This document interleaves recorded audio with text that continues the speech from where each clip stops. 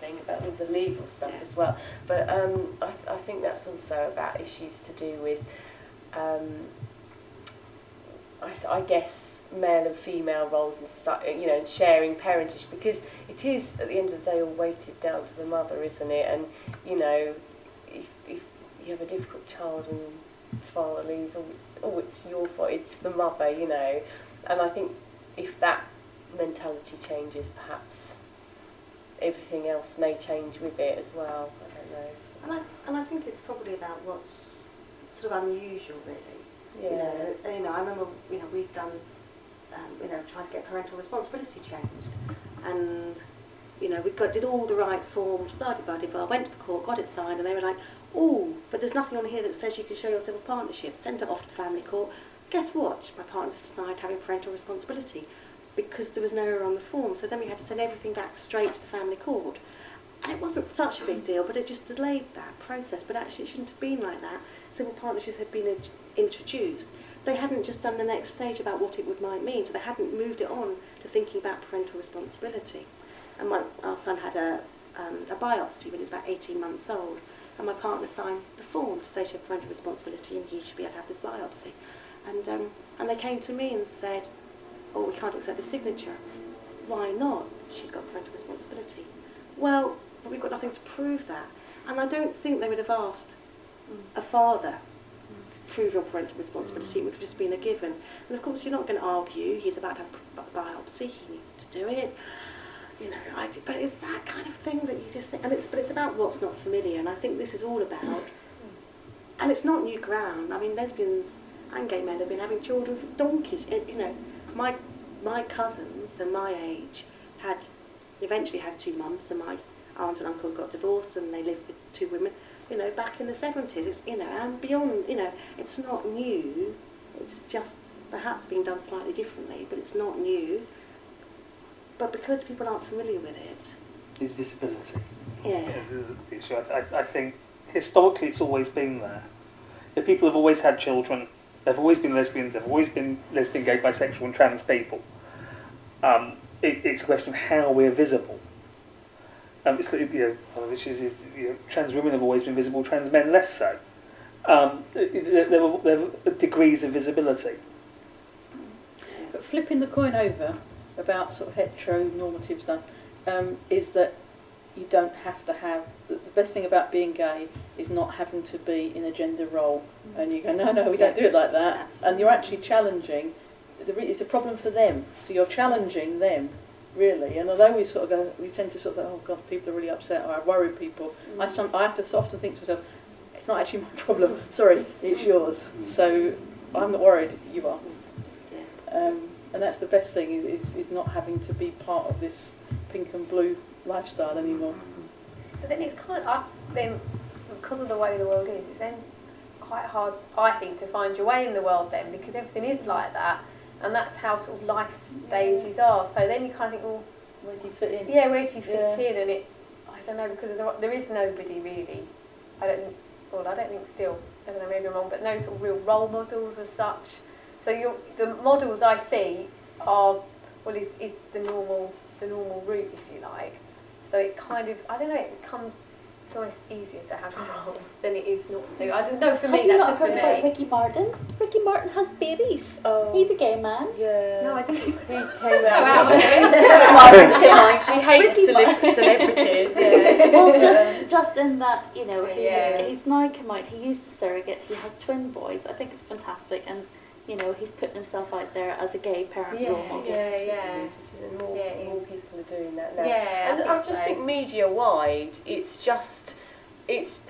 more out there now, isn't it? Because I remember, you know, watching, I think it was Del and somebody on EastEnders. Oh, God, awful lesbian couple. But anyway, back then it was, oh God, you know, and it was a bit. But now it's a bit more varied. It's more out there, and if you know, a celebrity like Ricky Martin comes out and goes, oh, I'm gay, you know, there's not the, oh, shock and horror, and then paper after paper for months on end bit about his sexuality, you know, it's all, it's more out there than it was 20 years ago. Yeah, and in the soaps at the moment. I'm not so I'm a trading fan. And you know, you go to general trading concerts, they're full of lesbian women, and she's got a huge lesbian fan club. Yeah. But you know, she has never said a word in public about her sexuality. Yeah, everybody knows and hopes. But you know, she writes her songs, she makes her art, and she lets it stand in the world. And there's a value to that, I think. You know, you can't expect people to be role models. What we can do, particularly, you know, people write, people make things, and the power is there in the books. You can go and find these things.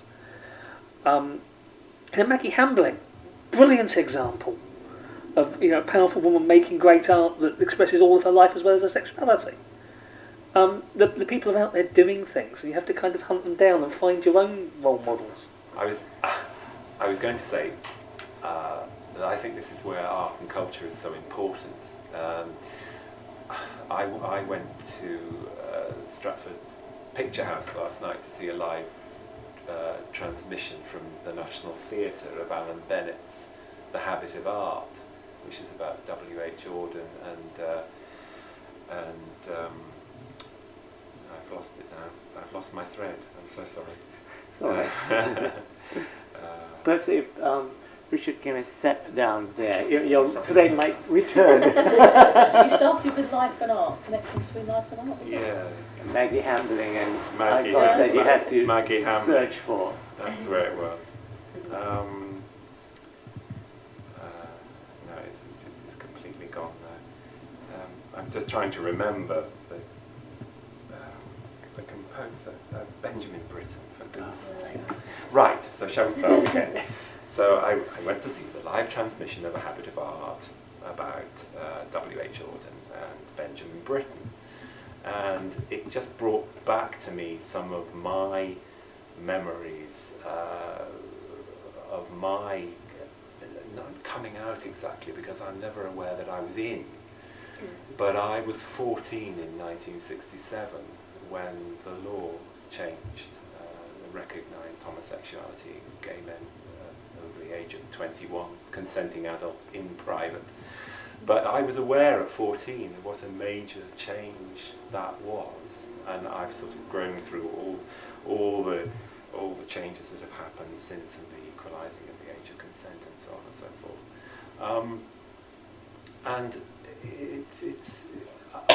But I never remember in my life it having been a problem or an issue. It's quite extraordinary. And I think because because I've worked in an arts and cultural background all my working life, 35 years, that there's been that level of acceptance that perhaps doesn't exist anywhere else in society. And so strangely it's never really impinged on me. It perhaps makes one a bit complacent. I don't know. But I remember when I was working in Reading years ago, I realised that it was the centenary of the incarceration of Oscar Wilde in Reading jail. And I suggested that maybe we should have some sort of memorial to this, to mark this, commemorate this. And I wasn't sure how it would go down, because I was working for the local authority and not sure that it would play very well. Everyone was so incredibly supportive. It was extraordinary. And yet, in a sense, in modern parlance, this man was a paedophile. You know, he was imprisoned for offences of that kind. And yet, everyone was well up for it, and we organised events. And 2 years later, or 18 months later, the centenary of his release from Reading jail, we had a public art project, and an actual memorial. Physical memorial to mark that, and I just thought perhaps I do live in a slightly parallel universe to the experience that other people have had, the struggles and the traumas and the difficulties that people have had. I seem to have escaped. It's really quite extraordinary. Just thinking about it, listening to your experiences. Well, I joined the police in 1982 and I was petrified, utterly petrified that anybody found out that I had a girlfriend. Lived in fear, told lies, had imaginary boyfriends, made phone calls from the telephone box at the end of the road rather than the one that was in the residential block where I live, all that sort of stuff. Because in the first week at Hendon, one of the sergeants addressed all the new recruits and told them they had to be up at 6:30 and have shiny shoes and call everybody sir. And then he looked around the room and he said, and if there are any homosexuals here, they should leave now because there's no place in the police service for homosexuals. 1982, you know, a long way ago. And I sat there thinking that everyone, if I was to move at all, everyone would look around and look at me and say, oh, he means you. So I just sat there. And in about 1989, I think it was, I had a flingette, I think is probably the way to call it, with someone who was a Hendon police cadet, and she was, in fact she came from Reading, which is why I started thinking about her, and she was just as petrified, and she'd come to Hendon, and she'd escaped Reading, she'd come out to her parents by letter, and now she was in Hendon, absolutely petrified of what would happen, and that's interesting, 7 years on, you know, I think it has changed since. But you've been out for a long time, Claire. How did you manage Well, that? since 1991, when there was this thing called the Equal Opportunities Statement, and I went, oh, that's good. It's okay now. Yeah, and by and large, it's been pretty okay since then. But you know, not. But Tim, you find it a little bit different in Waltham Forest. You said that you intimated that there was a bit of difficulty in the environment, the LGBT environment. In terms of where you are sort of volunteering now. Largely because it seemed rather non-existent to me, I think, when I came here. Because I came down from the north of England in 1986 to live in London, and I lived in Tower Hamlets in Bethnal Green. But I'd lived in Manchester, and the gay scene then was just beginning to take off. Canal Street was getting quite lively then. And living in central London and being able to go into the West End quite regularly, it all seemed very natural. Living in Reading for a short time was a different kettle of fish altogether.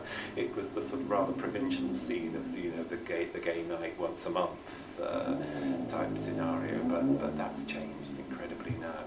So coming out here was rather strange, but there are compensations, and of course the PSEs, the public sex environments, you know, are very interesting in this borough. So I believe. So I've been told. So yeah, it's just a very different scene here, and one adjusts. I think perhaps it's more private, more private social gatherings rather than a big social scene. Somebody was saying that this is more like a village over here than civil. Yeah. Just going to add to what you were saying about working in the arts. I got my first serious job in the West End, and I was deputy chief electrician in West End Theatre. And you know, there's a big pink flashing neon sign above my head. It's not really difficult for me to be in. But I was doing the I'll let them get to know me before I come out. My third day in the job, a woman who was working on the stage crew was getting bullied for not shaving her armpits. And it was, you're a lesbian, you don't shave your armpits. I couldn't let them get away with it. I was a deputy head of department. I had my position on the hierarchy. I couldn't allow bullying. As soon as I defended her, it was you're gay too, aren't you? So, because it was theatre, because I'm unionised, I was safe. And she's a dear friend. But it was just that you know, backstage is not quite as friendly as some other places. And certainly my crew were great people, and it's a lovely house. But it was just that moment, because everybody has anxiety when you're starting a new job. Everybody has those pressures. And I was desperately, I'd let them get to know me, but within 3 days I was out because of bullying.